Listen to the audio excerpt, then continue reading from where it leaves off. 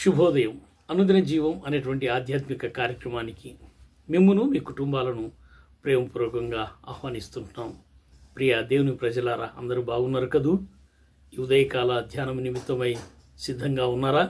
అయితే నాతో కలిసి మీ బైబిల్లో నుండి మత్తయి సువార్త 15వ అధ్యాయం 28వ వచనంలో ఉన్నటువంటి వాక్య భాగమును చదువుకుందాం. నీ విశ్వాసం గొప్పది, నీవు కోరినట్టే నీకు అవునుగాక అని ఆమెతో చెప్పెను. ఆ గడియలోనే ఆమె కుమార్తె స్వస్థత నొందెను.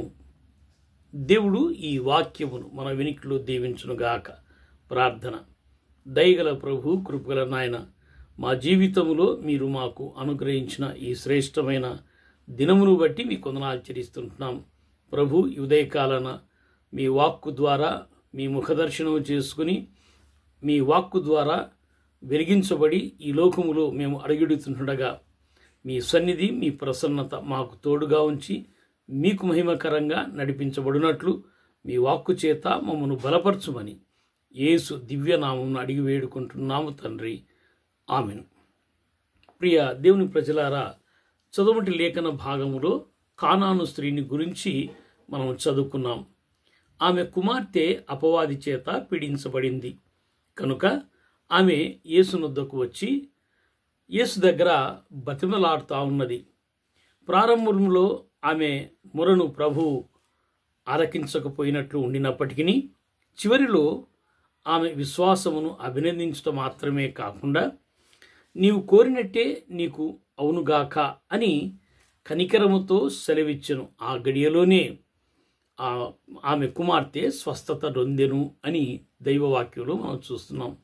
ప్రియ దేవుని ప్రజలారా, మరి మొదటిగా ఆమె మొర వినకపోయినప్పటికీ ప్రభు చివరిగా ఒక మాట అన్నారు, నీవు కోరినట్టే నీకు అవునుగాక అని. అవును ప్రియ దేవుని ప్రజలారా, ఆనాడు కానాను స్త్రీతో మాత్రమే కాదు, ఈరోజు ఈ వాక్యం వింటున్న మీ అందరితో కూడా ప్రభు ఆ మాటను సెలవివ్వగలడు. అదే మాట మీతో కూడా మనతో కూడా మాట్లాడుతున్నాడు. నీవు కోరినట్టే నీకు అవునుగాక. ఈ దినం నీవు కోరినట్టే నీకు అవునుగాక. ఈ సంవత్సరం నీవు కోరినట్టే నీకు అవునుగాక.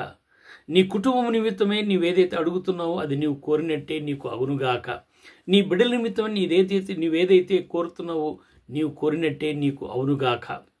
అయితే ఇక్కడ ఒక మాట మనం ప్రశ్నించుకోవాలి. మనం కోరినట్టు మనకు జరగాలి అని అంటే మరి మన హృదయవాంఛలు ప్రభునకు మనం తెలియజేయాలి. మొట్టమొదటిగా తండ్రి తన బిడ్డల ఎడల జాలిపడినట్లు దేవుడు తన యందు భయభక్తులు గల వారి ఎడల జాలిపడుచున్నాడు. మన హృదయములో పాపపు ఇచ్చలు పెట్టుకొని ప్రభు దగ్గరికి మనం వెళ్ళినట్లయితే ప్రభు ఆలకించడు.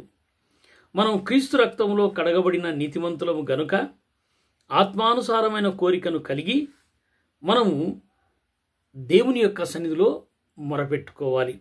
ఆనాడు ఎలీషా కోరిక ప్రకారం రెండంతల ఆత్మను ప్రభు అనుగ్రహించాడు. ప్రియ దేవుని ప్రజలారా, ఒక్క మాట మనం జ్ఞాపకం చేసుకుందాం.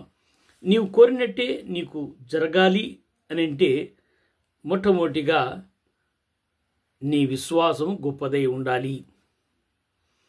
ఏదో యాంత్రికమైన విశ్వాసము కాదు, ఆచార రీతిగా ఉన్నటువంటి విశ్వాసము కాదు, లేకపోతే వేషధారణతో కూడిన విశ్వాసము కాదు. నీ విశ్వాసం గొప్పదై ఉండాలి.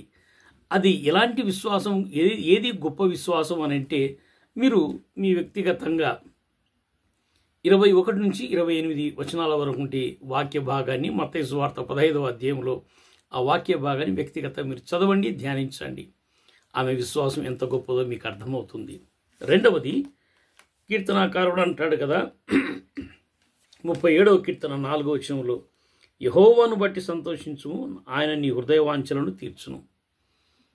రెండవది, నీ కోరిక తీరాలి అని అంటే యెహోవా యందు ఆనందించు.